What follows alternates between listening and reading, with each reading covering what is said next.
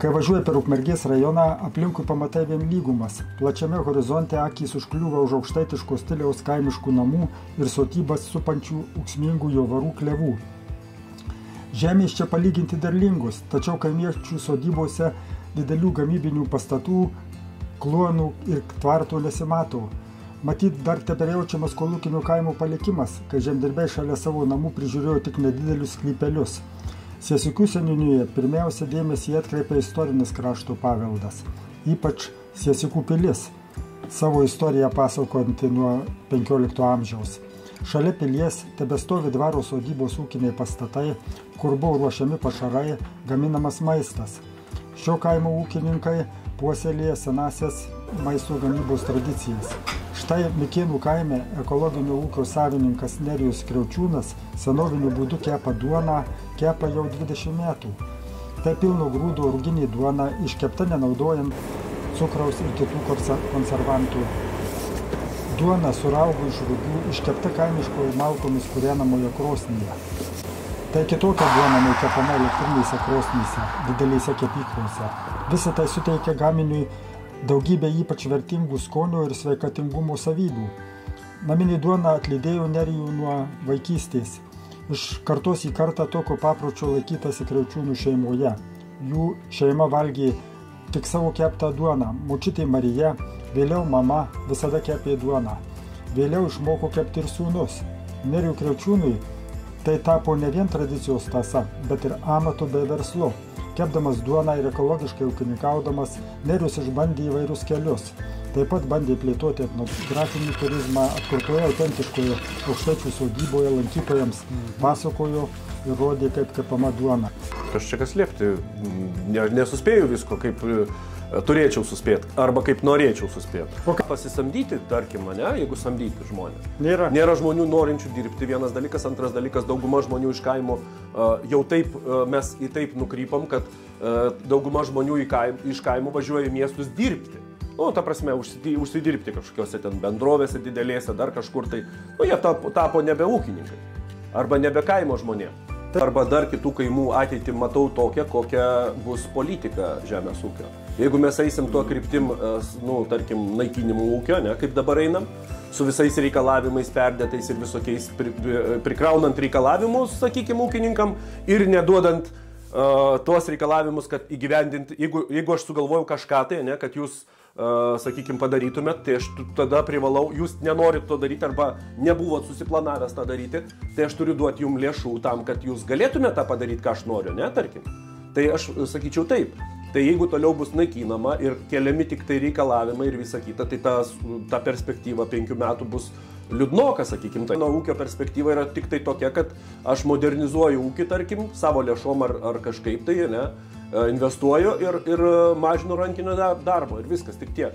Kad kuo mažiau būtų rankinio darbo, kad kuo našesnė technika ar ten dar kažkas, tai tik tai tokia aš matau savo ūkį. Ką reiktų padaryti, kad aš galėčiau daugiau mokėti, ne? Tai man reikia pasistatyti kitą pastatą, pasidaryti didesnę kepyklą, tada važiuoti jau nebe man pačiam, sakykime, arba važiuoti tik tai į prekybą aš turiu galvoj, tada jau imti autobusėlį, tokį, kuris važiuotų visas dienas, gal net ir į Latviją nuvažiuotų ar dar kažkur tai.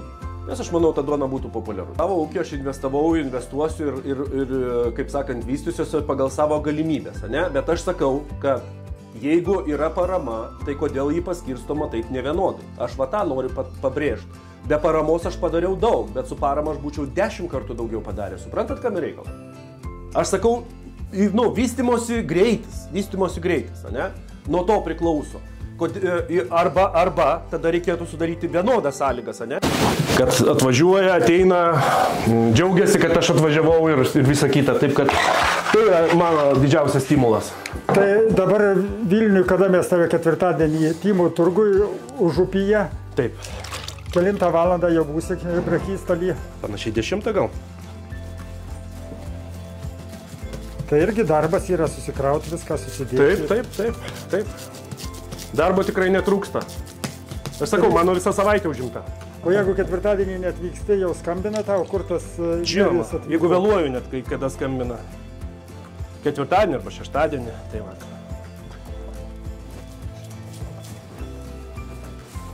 Klausia, ar atvažiuosiu, ar ne. Gal persigalvojau, pavyzdžiui. Arba kas nutiko, nes visko būt gali. Ja, užsimsim duono šovimu. Ir ne Tayloras, ar ne kaip angliškai, dabar mūsų lietuviškoje kalboje daug angliškų žodžių atsiranda. Jūs už tai ar prieš? Aš prieš.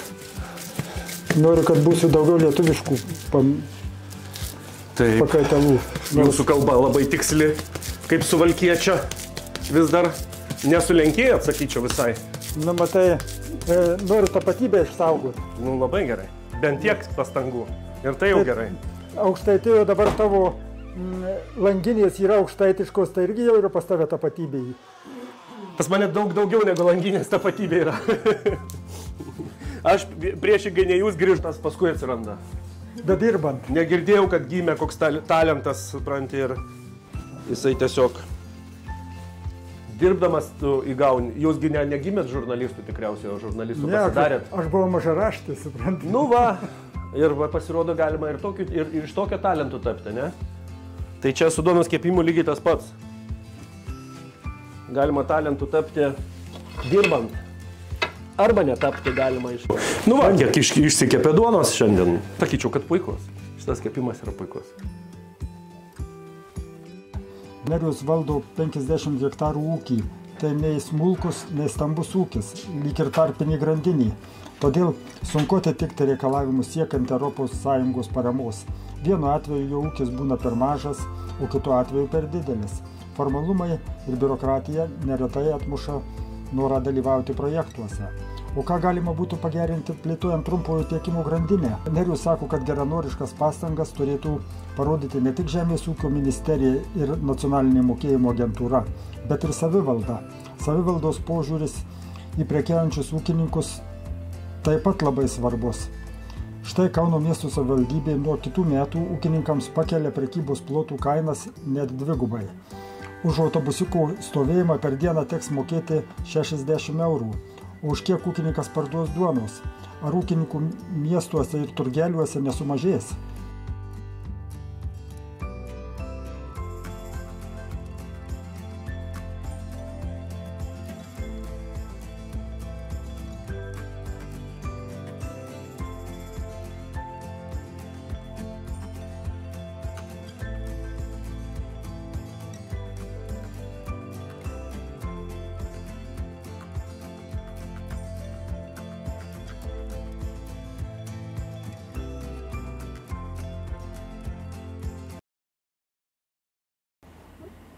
Žalgirių kaime jau 18 metų veikia Genutės Sakalauskienės ekologinis ūkis, auginantis uogas ir daržoves. Ūkininkė dirba 35 hektarų žemės, užsiima ne tik auginimu, bet ir gamyba, socialinė šviečiamąją veiklą. Sėkmingai vykdė keletą investicinių projektų. Įsisavinusi gautą paramą, ji produkciją suteikė patrauklę prekinę išvaizdą. Šios prekės yra sufasuotos Genutės uogainės gamyklėlėje.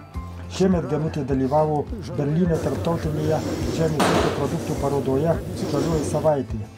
Vokietijos rinkai ji pristatė ekologiškas uogienes, jos gaminių vitrinoje bruknių, mėlynių, šaltalankių, juodųjų serbentų, erškėtuogių uogienės. Ekologinio ūkio šeimininkė į mugę vyko tikėdamasi užmegzti kontaktų ir pradėti prekybą su vokiečiais. O Lietuvoje jai svarbu išaugintą derlių kuo greičiau ir be tarpininkų pristatyti vartotojui, nuvežti į vaikų darželį, į kavinę, į kitą įstaigą. Todėl transportavimo nepertraukomų tiekimų užtikrinimas pareikalauja nemažiau pastangų ir kaštų nei užaugintų uogą ir daržovę. Tačiau trumpoji tiekimo grandinė, sako Genutė, yra gera galimybė realizuoti savo užaugintą ir perdirbtą produkciją, o vartotojams įsigyti šviežių ir sveikų produktų pagamintų Lietuvoje. Dirbant atsakingai ir kokybiškai užsimezga nuolatiniai ilgalaikiai ryšiai, o tai yra sėkmės garantija.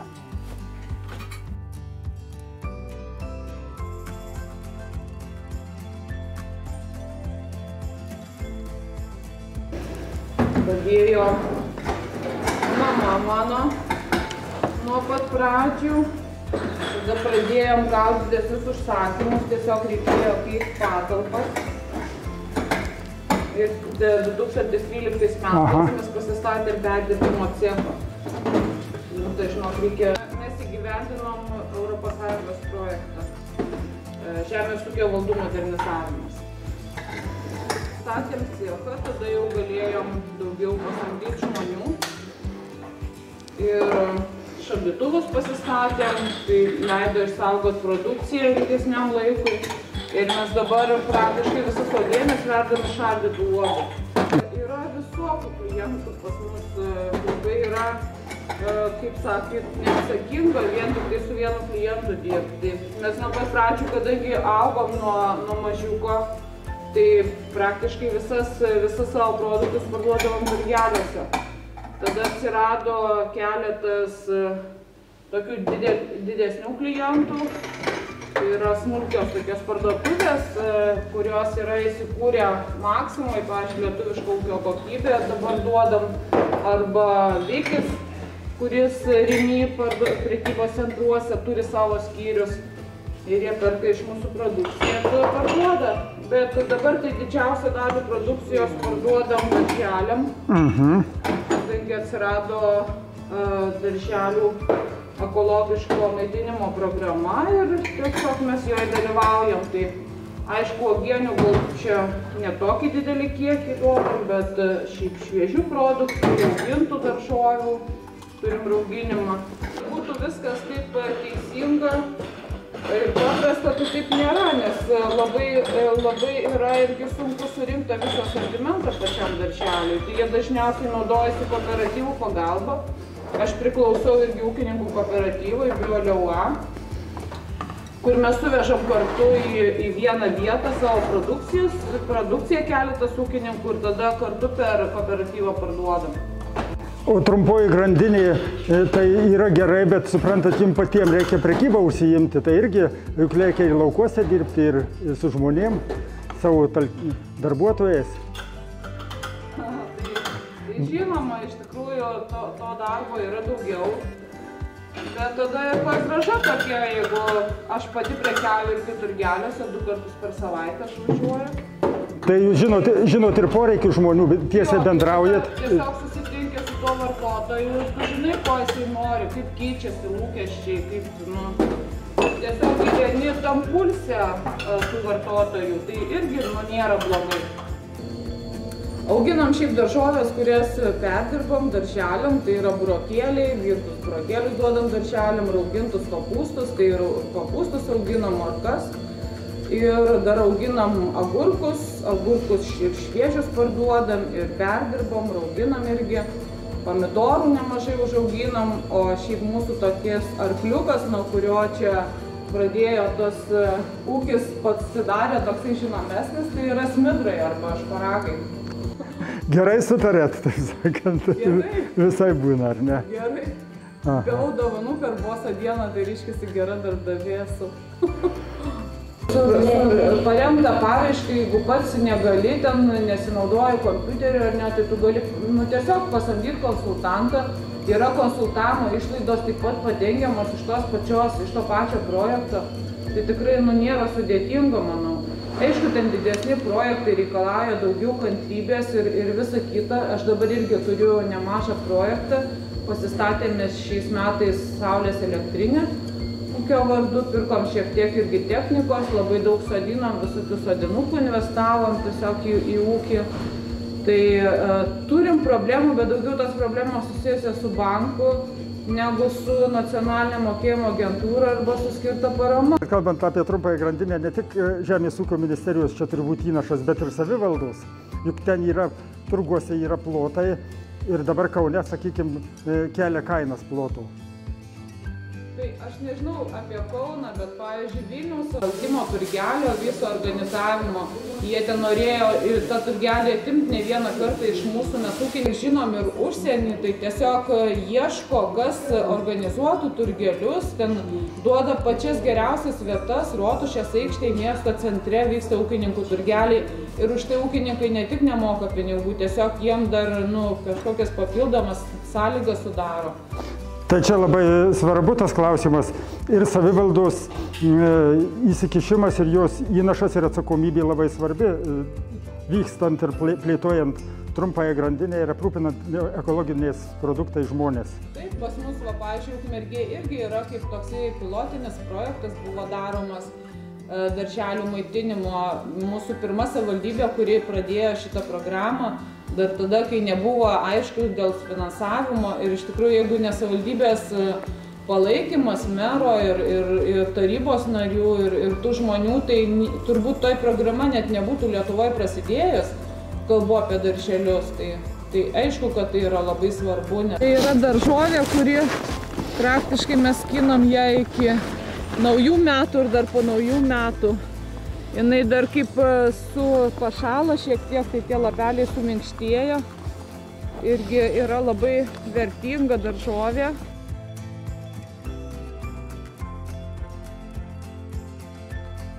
Dabar, jau dabar praktiškai niekas nebeauga. Ranka parodykit, va čia plotai. Auga čia Pekino kopūstai.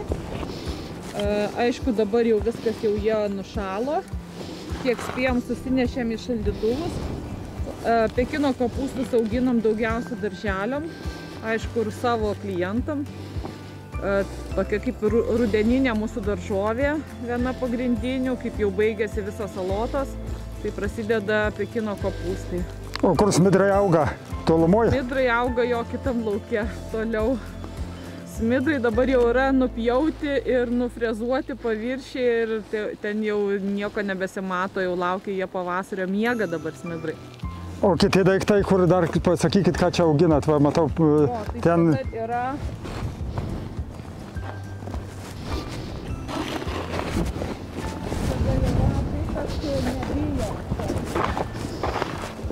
Tai mūsų briseliniai kopūstai. Briseliukus irgi mes tiesiogiai iš daržo skinam, tada kai būna šiltesnis oras, juos galima puikiai naudoti, jie išsilaiko iki -16. Šiais metais nedaug mes jau turim.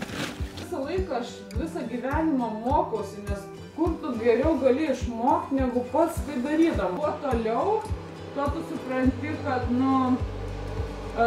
gyvendama, sukaupdama tą didesnį kažkokį žinių bagažą, tai tu, tiesiog dar turi, kaip pasakyti, labiau augi ir turi iš kitos pusės žiūri viską. Tiesiog pastebi tokius dalykus, kur jauna galbūt jų net nepastebėjai.